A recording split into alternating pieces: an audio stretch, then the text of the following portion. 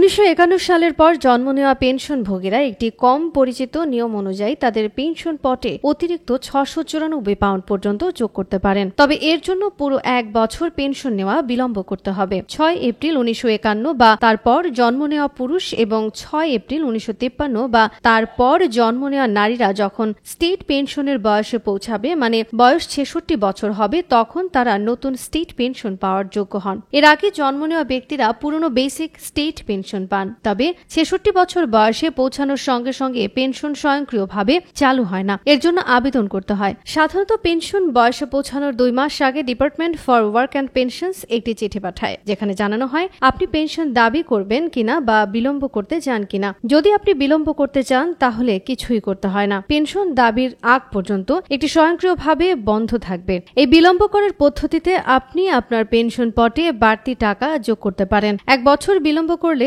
আপনি 694 pound 20 pens পর্যন্ত বেশি পেতে পারেন। যদি আপনি 6 এপ্রিল 2016 বা তারপরে স্টেট পেনশন বয়সে পৌঁছানোর পর আপনি যত সপ্তাহ পেনশন বিলম্ব করবেন তত সপ্তাহ আপনার পেনশন বাড়বে, তবে ন্যূনতম 9 সপ্তাহ বিলম্ব করতে হবে। বর্তমানে প্রতি 9 সপ্তাহে পেনশন 1% বাড়ে, যার মানে হলো পুরো 1 বছরে প্রায় 5.8% বাড়তি পেনশন। নতুন স্টেট পেনশনের সম্পূর্ণ হারের পরিমাণ বর্তমানে প্রতি সপ্তাহে 230 পাউন্ড 25 পেন্স। সুতরাং আপনি যদি 52 সপ্তাহ মানে 1 বছর পেনশন দাবি না করেন, তাহলে আপনি প্রতি সপ্তাহে প্রায় 13 পাউন্ড 35 পেন্স বাড়তি পেতে পারেন, যা বছরে 694 পাউন্ড 20 পেন্স হয়। তবে সবাই এই সম্পূর্ণ পরিমাণ পান না। যদি আপনি কম পান তাহলে হয়তো আপনার আরও ন্যাশনাল ইন্স্যুরেন্স বা এনআই যোগ্য বছর প্রয়োজন। নতুন স্টেট পেনশন পেতে কমপক্ষে 10 বছর এনআই যোগ্যতা থাকতে হয় এবং পূর্ণ পরিমাণ পেতে সাধারণত 35 বছর এনআই যোগ্যতা লাগে।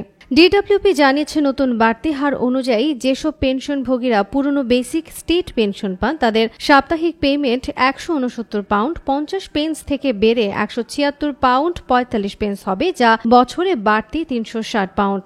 একইভাবে নতুন স্টেট পেনশনের পূর্ণ হার 221 পাউন্ড 20 পেন্স থেকে বেড়ে 230 পাউন্ড 25 পেন্স হয়েছে, যা বছরে বাড়তি 470 পাউন্ড। পেনশন মন্ত্রী টরস্টেন বেল বলেছেন, স্টেট পেনশন বাড়ানো এবং এনএইচএস কে টিকিয়ে রাখা এই দুটি আমাদের সরকারের প্রধান অগ্রাধিকার। আজীবন যারা পরিশ্রম করে এসেছেন এবং সিস্টেমে অবদান রেখেছেন তারা এটাই প্রাপ্য। আমরা এবছর স্টেট পেনশনের জন্য 7.84 বিলিয়ন পাউন্ড অতিরিক্ত তহবিল প্রদান করেছি। এর ফলে পেনশনভোগীরা এই সপ্তাহ থেকে বছরে 470 পাউন্ড পর্যন্ত বাড়তি অর্থ পাবেন। এর পাশাপাশি আমরা পেনশন ক্রেডিট গ্রহণ বাড়ানোর কাজ করছি এবং এনএইচএস এ 26 বিলিয়ন পাউন্ড বিনিয়োগ করেছে, যার ফলে ইংল্যান্ডে গত 5 মাসে অপেক্ষমান তালিকা কমেছে।